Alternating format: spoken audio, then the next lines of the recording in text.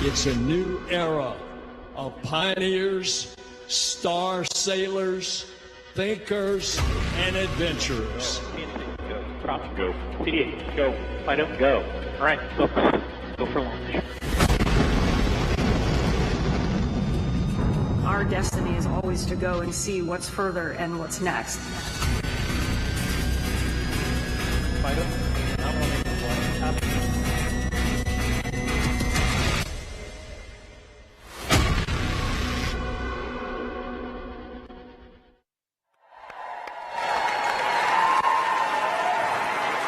That was awesome. Good morning, and welcome to Ellington Field at NASA's Johnson Space Center in Houston. I'm Joe Acaba. Thank you.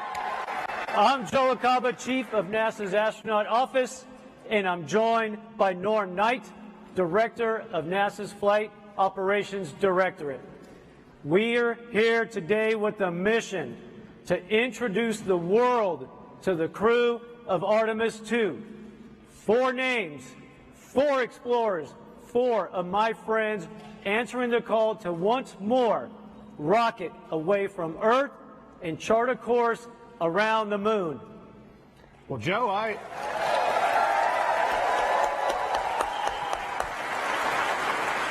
agree with you, Joe, but we're going to need a few more astronauts, I think, to get this started. So everyone, please help me welcome our astronaut corps. Yeah.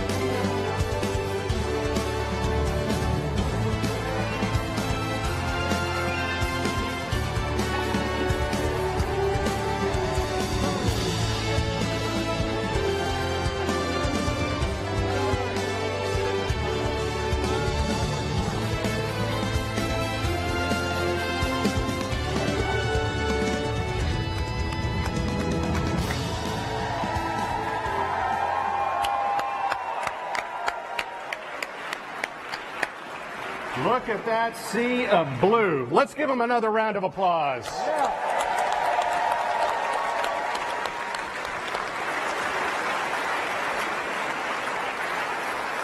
Our mission calls for 4 names. It's difficult to pick just 4 from a group that by its very definition attracts the best and the brightest that humanity has to offer. The astronaut corps, our entire astronaut corps, will be the forerunners as humanity looks to find its place among the stars. So that while we may be recognizing 4 individuals today, I want to thank the entire astronaut corps for their dedication and sacrifice as we ask them to strap into our current and future spacecraft, take those next steps to do the things that are hard so that others might follow behind them.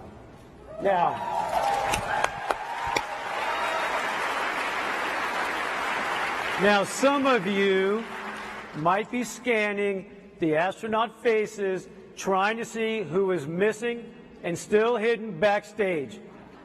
Well, know this, your Artemis 2 crew members are already here in the room with you.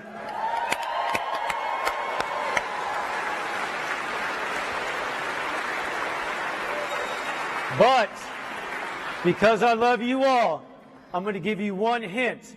I am not one of them.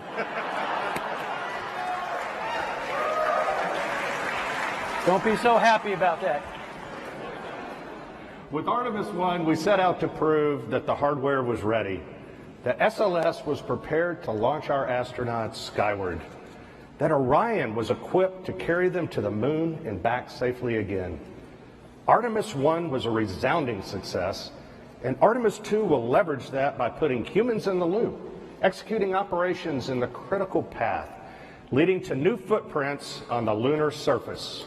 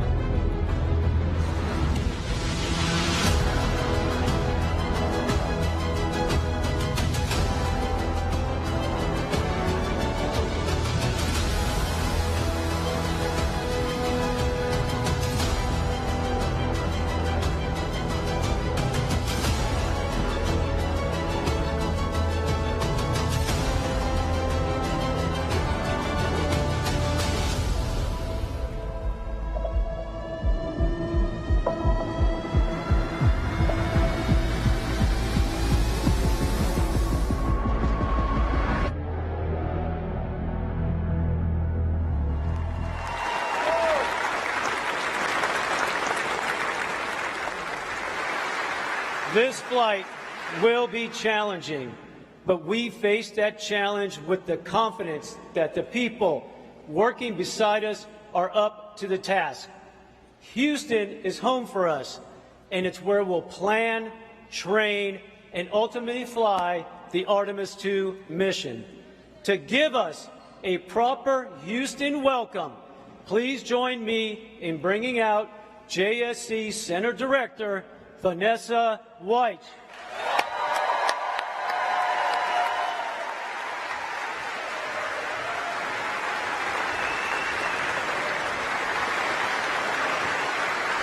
Thank you, Joe. Good morning.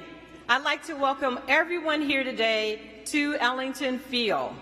NASA's Johnson Space Center is home of America's Astronaut Corps, mission operations, and foundational human spaceflight programs. This past December, we witnessed history as the Orion capsule journeyed on a 1.4 million-mile journey around the moon and back. And the excitement continues as we prepare for Artemis II for the first time with crew. We've made many giant leaps in the past 60 years, fulfilling President Kennedy's goal of landing a person on the moon. And today, we stand on the shoulders of giants as we reach farther into the stars and push forward to the moon once again and on to Mars. These individuals of Artemis II crew will be the first humans to fly to the vicinity of the moon in more than 50 years. Yes.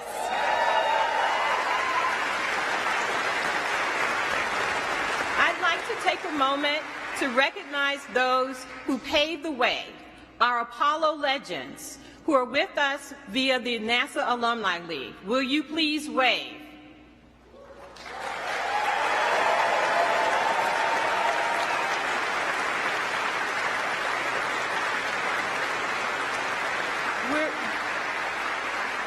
We are also honored to be joined by some special guests. Please help me welcome NASA leadership, Administrator Bill Nelson, Deputy Administrator Pam Melroy, Associate Administrator Bob Cabana, and many of our NASA leaders who are from headquarters and all across our agency.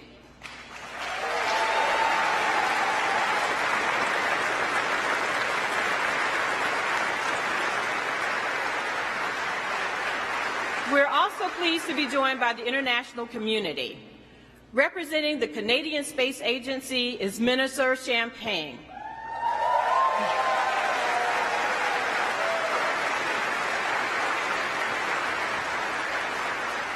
Through our international partnerships under Artemis, we're building a global alliance that explores deep space for the benefit of all. I'd also like to welcome the following elected officials: Senator Ted Cruz, Congresswoman Sheila Jackson Lee, Congressman Brian Babin, Congresswoman Lizzie Fletcher, the Comptroller of Texas, Glenn Hager, the Mayor Pro Tem of Houston, Dave Martin, and many other elected officials. Thank you.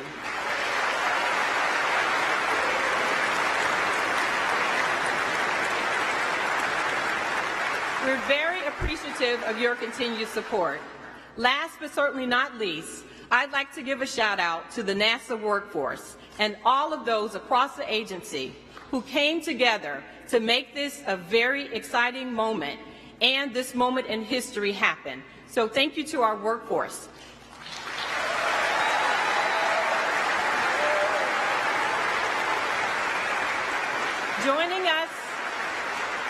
Joining us today are directors of our NASA centers. Will you please stand? So my colleagues.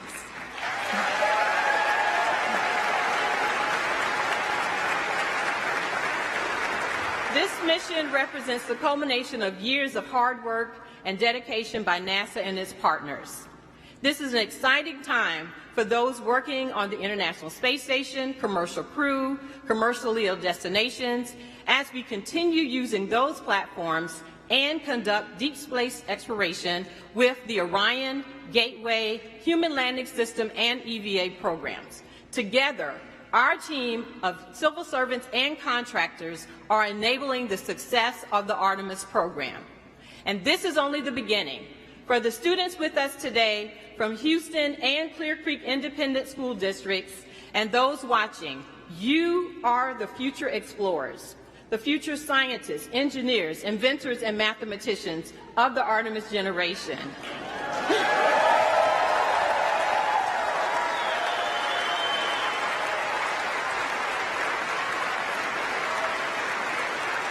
Under Artemis, we will explore the frontiers of space and push the boundaries of what's possible. You may walk on the moon or be one of the many explorers who venture onward to Mars. We're all looking forward to you being a part of our mission, and I can't wait for you and everyone to meet our Artemis II crew. Thank you.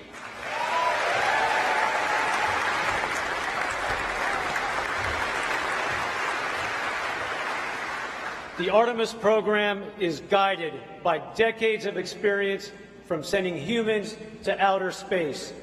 We're building new rockets, new spacecraft, new communication systems, and new ways to operate in deep space. But it isn't the technology that is changing. We've also learned that in order to go farther, we have to go together.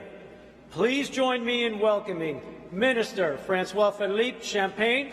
He's with us here from Canada, one of our steadfast partners in human spaceflight, ready to send one of their own to the moon. Thank you very much. Well, thank you, Joe, and good morning, everyone. Bonjour, tout le monde. C'est un grand privilège d'être ici pour représenter le Canada. What an honor to be here today to represent Canada on this historic day. In his recent visit to Ottawa, President Biden said this: Canada and the U.S. can do big things because we do them together. And indeed,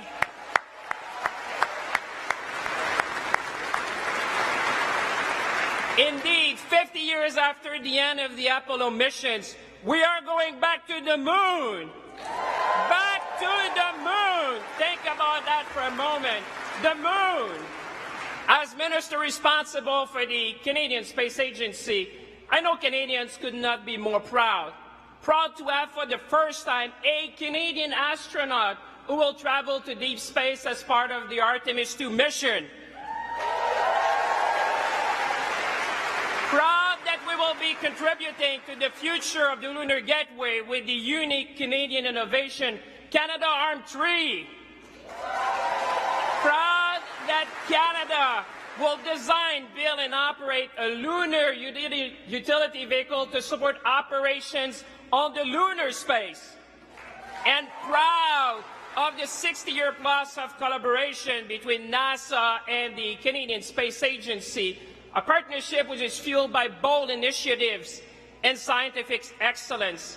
And most importantly, Canadians could not be more proud to share this moment with our American partners and friends which are here today in Houston.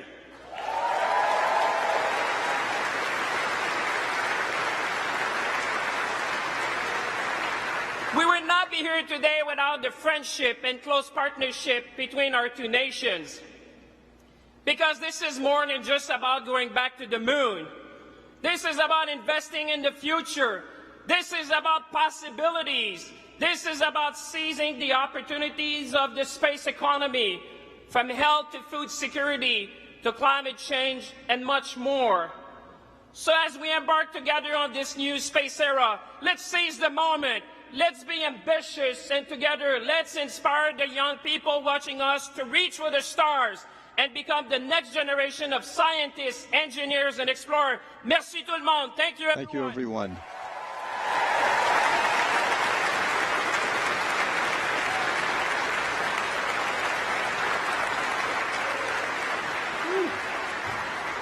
He pumped me up. That was nice. Next up is a group of people who need little introduction. Our agency leaders who know firsthand what it takes to fly in space. Please join me in welcoming NASA Administrator Bill Nelson, Deputy Administrator Pam Melroy, and Associate Administrator Bob Cabana.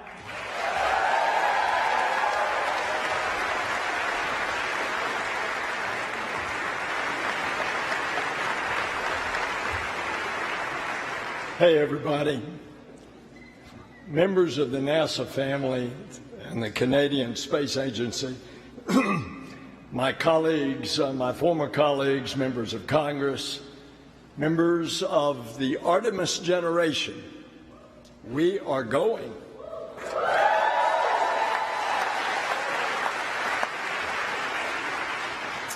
Pam, Bob, and I operate as a team, as a crew. And we are here today to introduce you to the crew that will launch next year, 2024, to another celestial body. The largest, most powerful rocket in the world is going to propel them onward and upward into the heavens. And they fly to the moon. This is Artemis 2 mission. It's a mission that is significant in many ways. It's a demonstration of our ability to push the boundaries of human achievement. It's a testament to the unwavering passion of the team that will make it possible. And it's a message to the world. We choose to go back to the moon and then on to Mars, and we're going to do it together. Because in the 21st century, NASA explores the cosmos with international partners. We will unlock new knowledge and understanding. We've always dreamed about what more is ahead. Why? Because it's in our DNA. It's part of us. It's who we are as adventurers, as explorers, as frontiers people. And throughout history, humankind has gazed up at this celestial body, the moon, with wonder. And the space program propelled the moon to the forefront of culture and consciousness. It galvanized a historic effort that we are now the stewards of. The moon is a symbol of our can-do spirit. And over the course of the Artemis missions, the first woman and the first person of color will take giant leaps on the lunar surface. It's been more than a half-century since astronauts journeyed to the moon. Well, folks, that's about to change. The mission to the moon will launch 4 pioneers, but it will carry more than astronauts. Artemis 2 will carry the hopes of millions of people around the world. It will carry the aspirations of the NASA family who glance up at the moon every night, knowing their efforts will return us to the moon.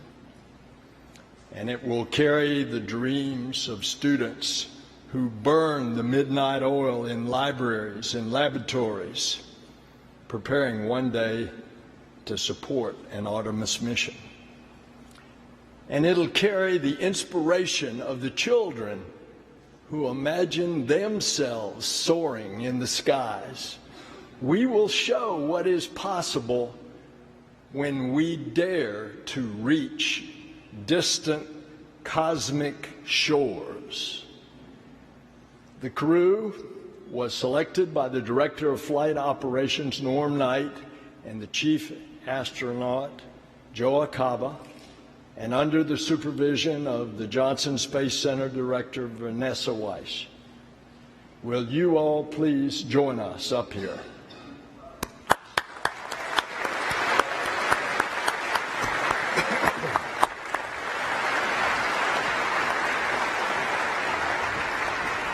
And I want to acknowledge again our Canadian partners, Minister Champagne, Francois Philippe. Will you please come up, please?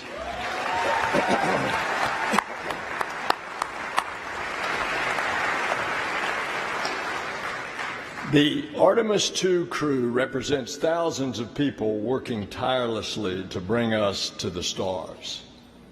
This is their crew. This is our crew. This is humanity's crew. May I introduce them to you all?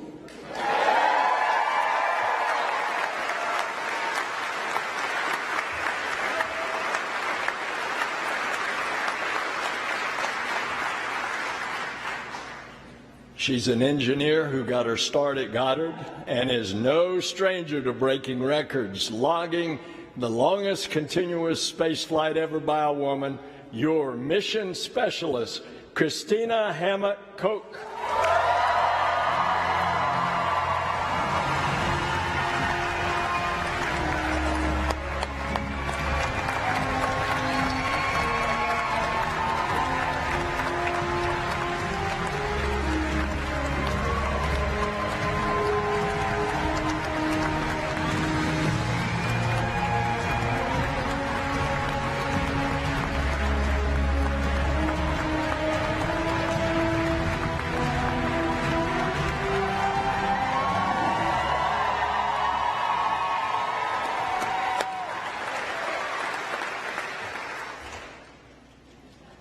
He's a Master of Science in Physics, an F-18 pilot, and a Canadian astronaut.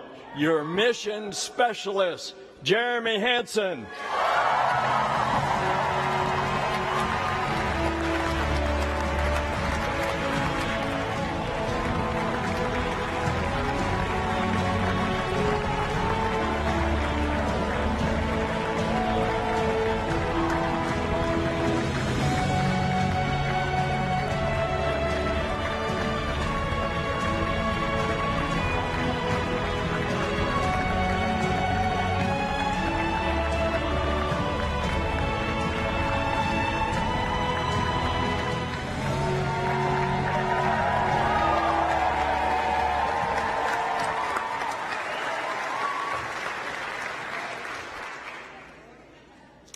He's a naval aviator and test pilot that's flown over 40 different aircraft, most recently the first operational commercial crew mission.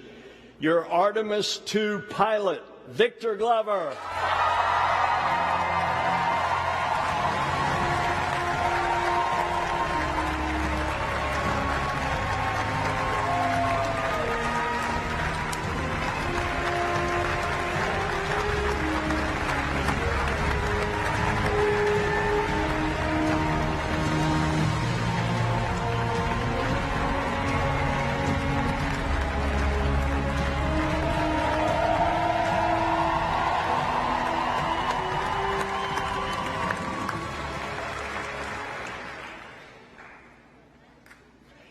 He's a decorated naval aviator, test pilot, and leader of the highest character, your Artemis II commander, Reed Wiseman.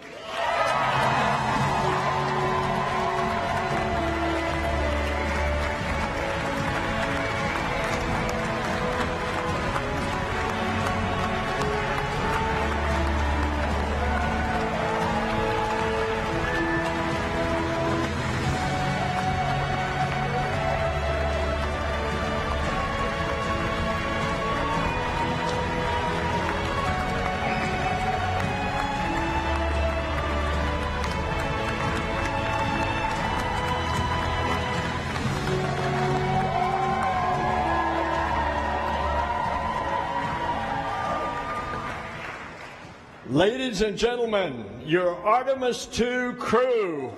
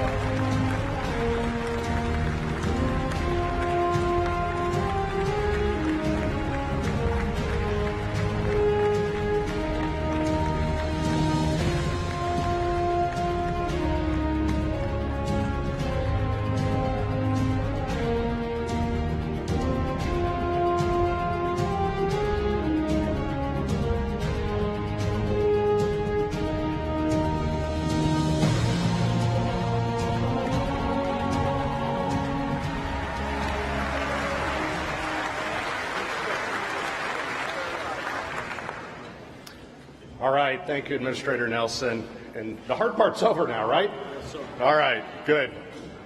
Well, Reed, Victor, Christina, and Jeremy, I am so proud to have you four standing here in this moment. You are the right crew for this mission. You are the future of Artemis, and it looks bright with you at the controls. As head of flight operations, I have the privilege of getting to know each and every astronaut. The best part of my job, is that I'm surrounded by people who inspire, who give hope to those that might follow in their footsteps. Christina, with a work ethic and willingness to lend a hand that only someone who spent their summers working on a farm growing up can have, your relentless drive is unmatched. You have already made your mark in the remote corners of our planet. You have already been in the history books as a record-setting astronaut. You're a trailblazer and a role model for every generation to come. You've already been advocating and uplifting children in your community, and I know that you are just getting started. And as the only professional engineer in the crew,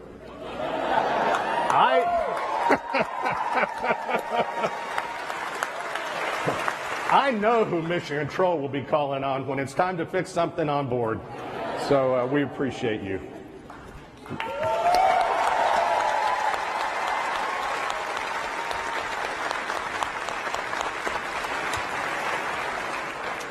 Victor, you wanted to be 100 different things when you grew up, but I can say I'm truly thankful you ended up as a Navy pilot and an astronaut. Like so many, seeing other astronauts take flight planted the seed. And when you heard Pam Melroy speak at a test pilot conference, that was the moment you decided to apply. So Pam, thank you for inspiring others.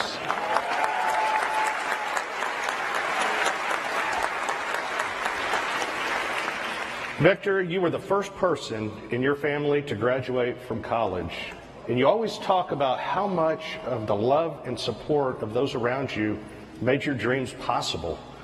I can honestly say I have never met anyone as determined as you are to spread that same love and support until everyone who passes into your orbit is better for it. You overcame every obstacle that came your way. Every obstacle. And then you dedicated your life to crushing those obstacles so that future generations can dream in a space unbounded. So thanks, Victor.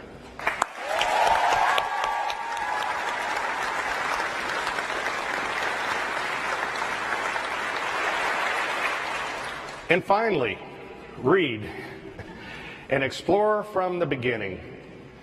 The forest of your youth might be smaller than the frontier that you're heading for now, but this was always you. It's what you were meant to be. You said for a time you wanted to be a train engineer, but I don't think trains go quite as fast as you need them to, so I wish the Reed of your youth, the ones that, that you're dealing with bullies, dealing with the uncertainties of growing up, could meet you now. Meet the Reed who took his first jet for a spin and knew he was meant to soar across the skies. The Reed who found a home and family in the Navy and here at NASA. The Reed who led our astronauts into a new era of space exploration. And the Reed who will lead Artemis 2 from the Earth to the Moon and safely back home again.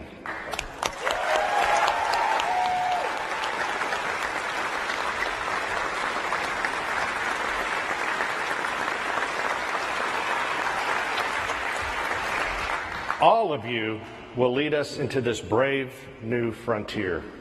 You are the Artemis generation. We are the Artemis generation.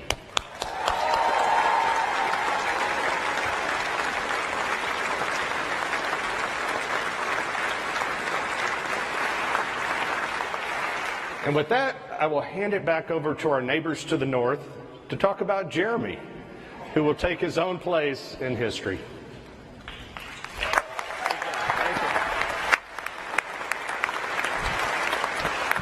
Well, Jeremy, I'm not going to talk about your early life or your lovely family. I'm not going to talk about your military service and everything you did as a fighter pilot, an F-18 fighter pilot. I'm not even going to talk about what you did as an astronaut and being the first Canadian to go on a lunar mission. I'm going to talk about your humanity and share with the world a story when I was with you at the Kennedy Space Center and I saw the power of the blue suit where we had hundreds of people storming to Jeremy. But Jeremy did one thing. He talked to each and every one. You took the time to talk to all the school children who were there, the Artemis generation, and they are here today and watching us. You took the time to inspire them. You took the time to thank all the teachers who are there to support our kids and teach them STEM skills that will bring them in exploration and being the future astronauts. You took the time to talk to each and every family that were coming from around the world and across North America. What I want to celebrate to you is your humanity. The fact that you have been inspiring not only us today, but keep inspiring humanity. To you, Jeremy, go Canada. Thank you, everyone.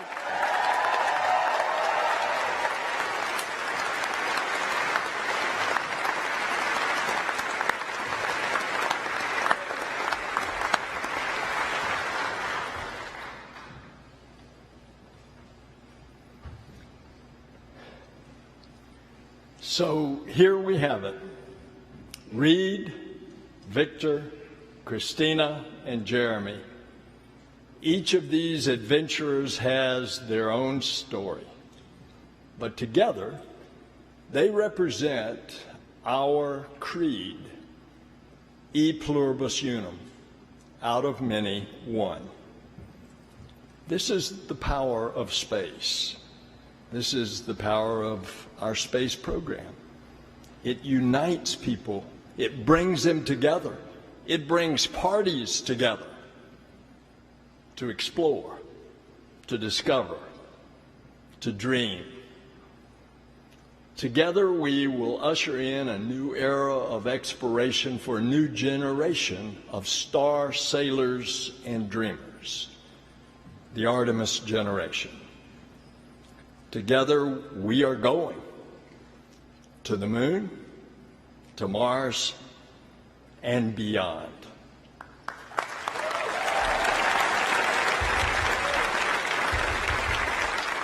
All right, let's give a big hand to our leadership.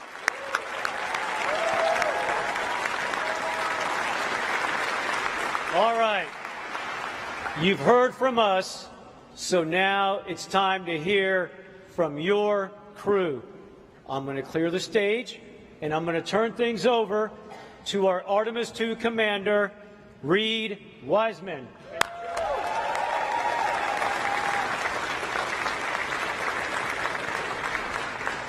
All right, so I got to ask the school kids, is it hot in here today? Woo! All right, and I don't think that in my 14 years at NASA, we've had this many astronauts in one place at one time. I'm losing my voice. We're having so much fun backstage. It is great to see this diverse international group.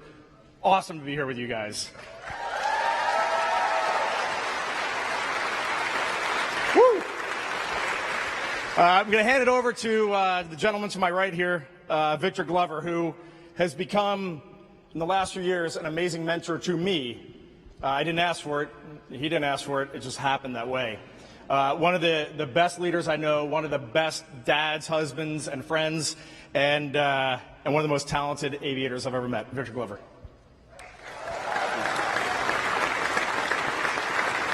Thanks, Reed. I appreciate that. Wow, what a day. Look at all of this. This is amazing, isn't it? I mean, after all of that, I feel like Denzel Washington should be up here talking to you. But you just got us. I want to thank God for this amazing opportunity. And I think I speak for all of us. I want to thank our families for the amazing support.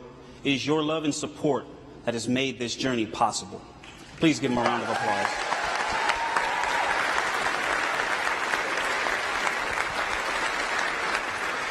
And to all of the folks who made this celebration possible, thank you for your hard work. They're the real ones in here sweating with all of us. But this is a big day. We have a lot to celebrate. And it's so much more than the 4 names that have been announced. We need to celebrate this moment in human history. Because Artemis II is more than a mission to the moon and back. It's more than a mission that has to happen before we send people to the surface of the moon. It is the next step on the journey that gets humanity to Mars. Yeah, you can clap for that.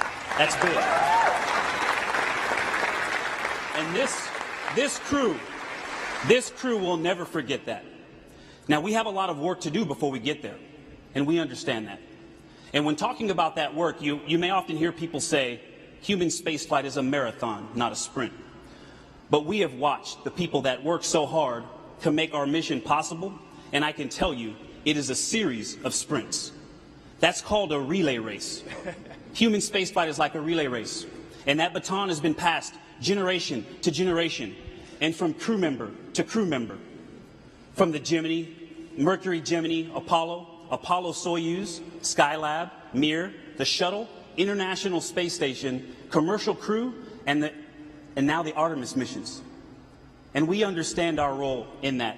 And when we have the privilege of having that baton, we're going to do our best to run a good race to make you proud.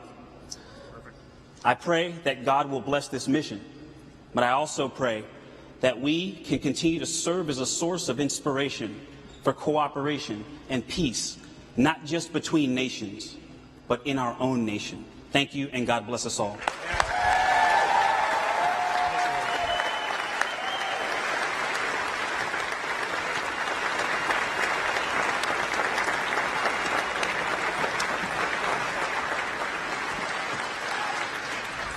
Thanks, Victor. Awesome words. What I wanted to highlight for all of you today is, big picture, when I step back, there are 2 reasons why a Canadian is going to the moon. That makes me smile when I say that. The first one is American leadership. It is not lost on any of us that the United States could choose to go back to the moon by themselves. But America has made a very deliberate choice over decades to curate a global team. And that, in my definition, is true leadership. A body, an entity that seeks out others who can contribute, allows them to rise up, lifts them up to make their contributions to bring their genius. That is American leadership. And as a Canadian, I am very proud to reflect that back to you, and I am grateful. All of Canada is grateful for that global mindset and that leadership. So thank you.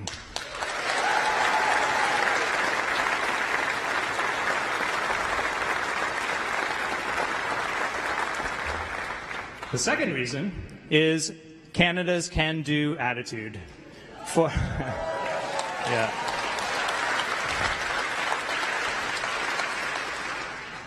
For decades now, literally thousands upon thousands of Canadians have risen to that challenge to bring real value to the international partnership with respect to space exploration, to bring real solutions. Our scientists, our engineers, the Canadian Space Agency, the Canadian Armed Forces, across government, all of our leadership, working together under a vision to take step by step, and all of those have added up to this moment where a Canadian is going to the moon with our international partnership, and it is glorious.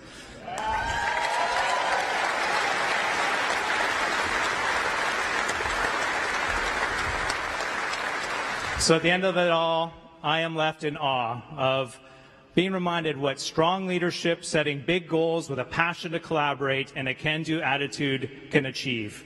And we are going to the moon together. Let's go.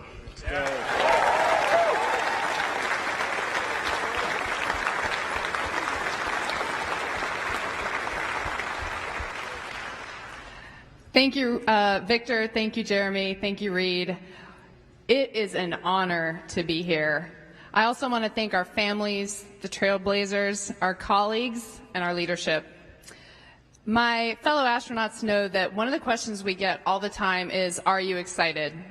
And I can tell you, when I think about this mission that's a relay race with international partners, it's also so awesome in and of itself. We are going to launch from Kennedy Space Center through the work of the Exploration Ground Systems team.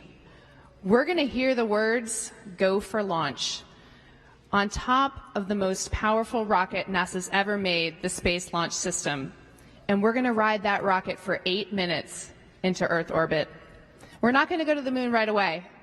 We're going to stay in an amazing high orbit, reaching a peak of tens of thousands of miles while we test out all the systems on Orion and even see how it maneuvers in space. And then, if everything looks good, we're heading to the moon.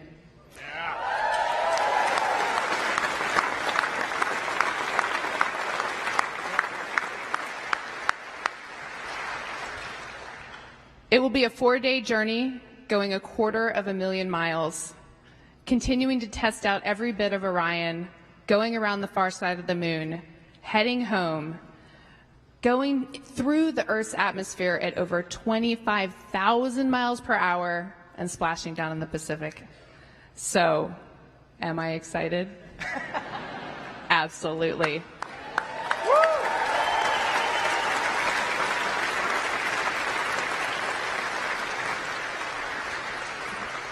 But my real question is, are you excited?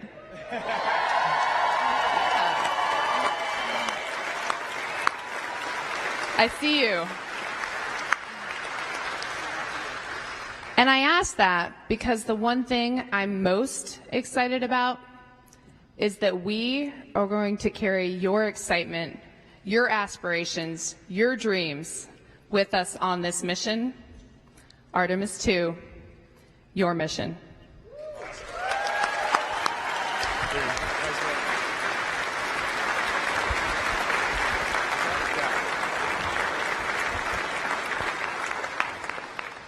I think I'm in pretty good hands. Victor, Jeremy, Christina, thank you guys for those words. Absolutely awesome. We're just going to close. The crew would not close without just saying thank you. That is thank you to the NASA workforce. Thank you to our industry partners. Thank you to the Canadian Space Agency, everyone in Europe that's working for this. We got people in Airbus working our European service module. This is a global effort, Artemis 2, and it's only going to get larger with Artemis 3 and beyond as we get private spaceflight involved. SpaceX is building our lander for Artemis 3. So to the NASA workforce, to our program managers, our center directors that are here, the amazing political support that we feel right now to bring our country together, to bring our entire world together to go explore, to get to Mars and beyond. We say a huge thank you. To the astronauts that are over here, a huge thank you. You are our friends, you are our families, you're our colleagues, and I do want to highlight right now there are 7 folks on the International Space Station. Where's Joel? On Joel's International Space Station, orbiting our planet right now. 3 cosmonauts, 3 Americans and an Emirati from the United Arab Emirates.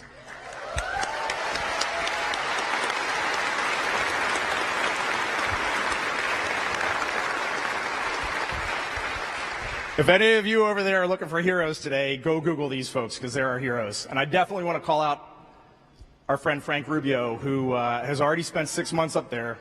And Frank is going to spend another 6 months due to an issue with his spacecraft. So he'll be up in space for over an entire year.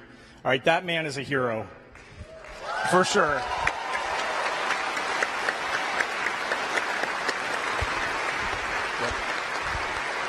And then Frank Rubio leads me to Deb Rubio, his wife, and his 4 kids. That family, those are heroes. They are putting it out there, and they are getting the job done, and it is amazing. And she still gives us eggs fresh from her chickens at her farm whenever we go over there. I mean, it's totally awesome. The Rubio family is an amazing family.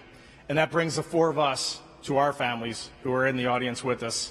This is going to be a relay race unlike any you've ever run, and we are so happy to have you with us. Thank you.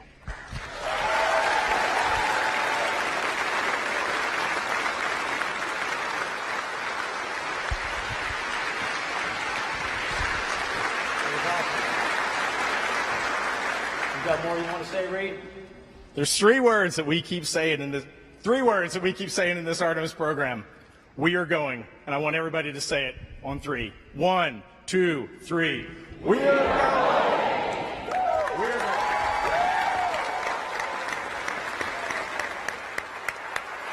That was awesome.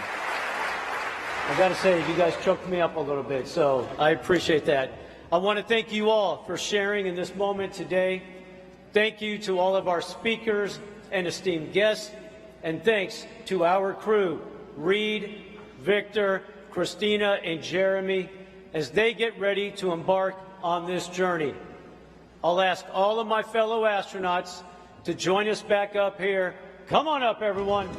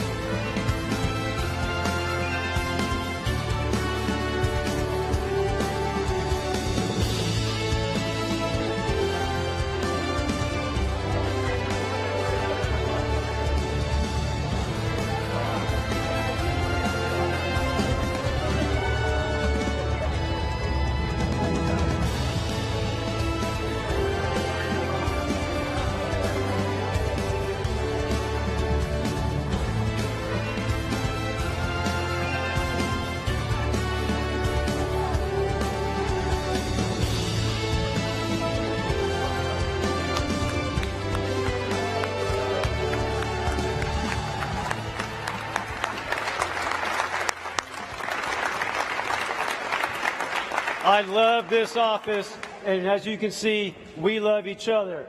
We need a picture.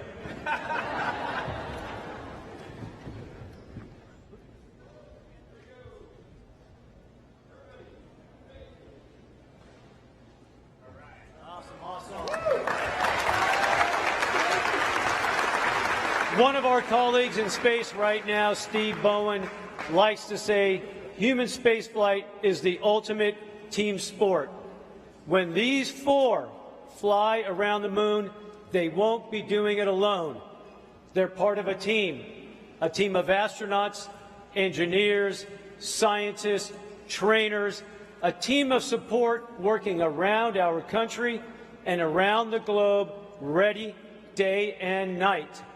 So we'll cheer them on. We will help them carry the incredible weight, and it's a heavy one, now laid on their shoulders, because we go together for all humanity. Thank you.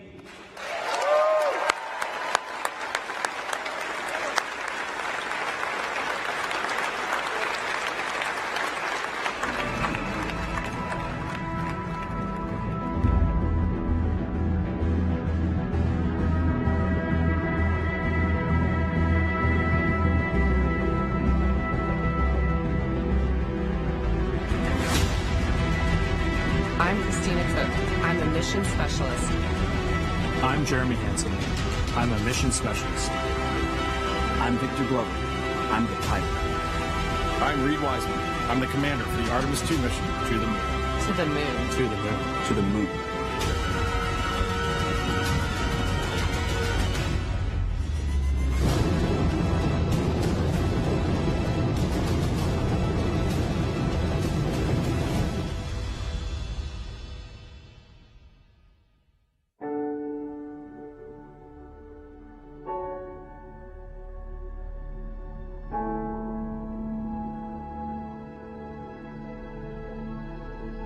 When I was young, I had a poster of the Earthrise picture, the famous picture that was taken on Apollo 8.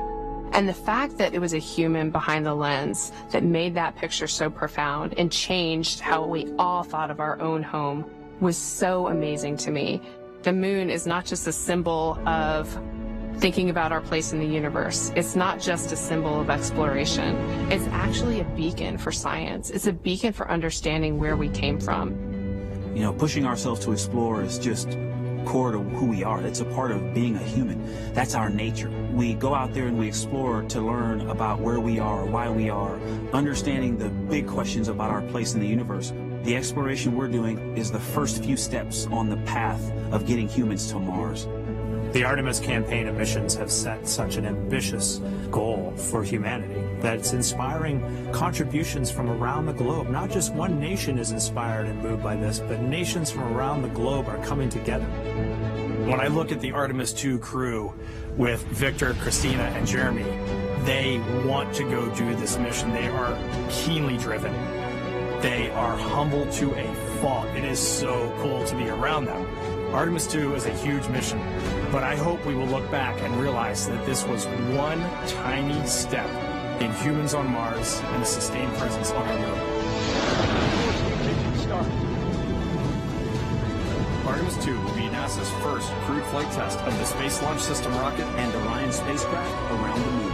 To verify today's capabilities for humans to explore deep space and pave the way for NASA's long-term human and scientific presence on the lunar surface. We are ready. We are going to the moon for all of humanity. We are Artemis.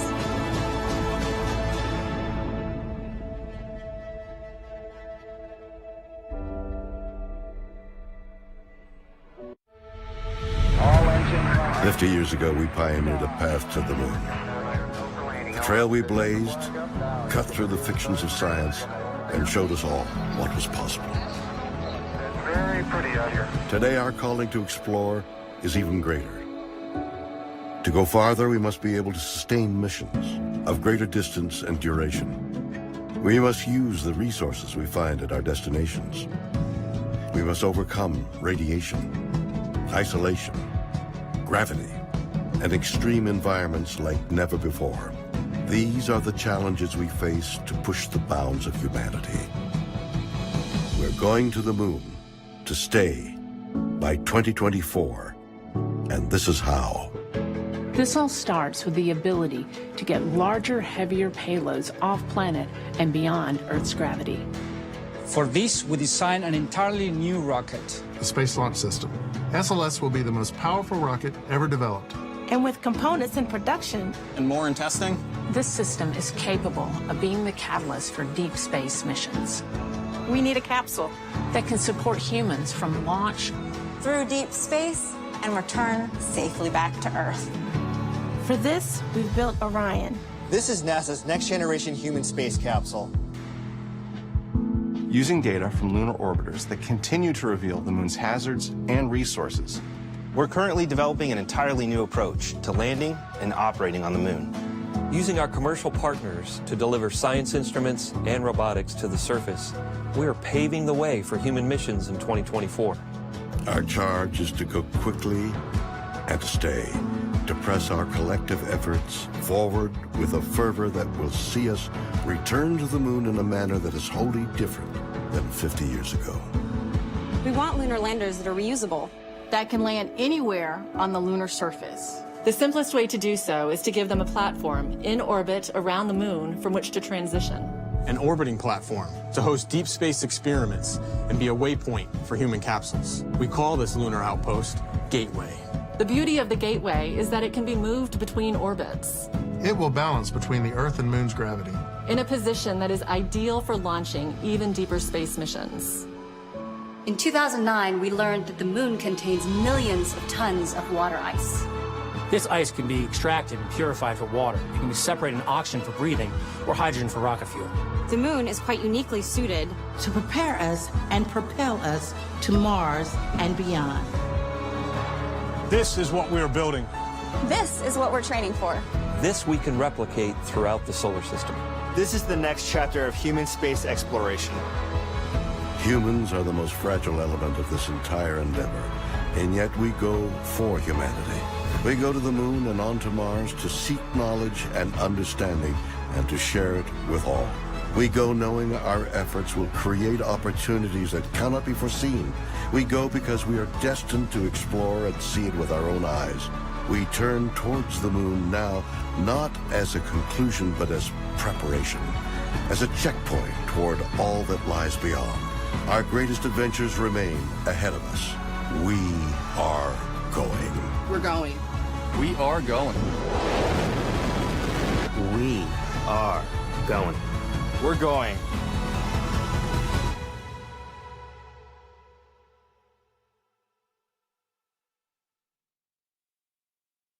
We are going. The history of this agency is marked with broken barriers, once viewed as impossible.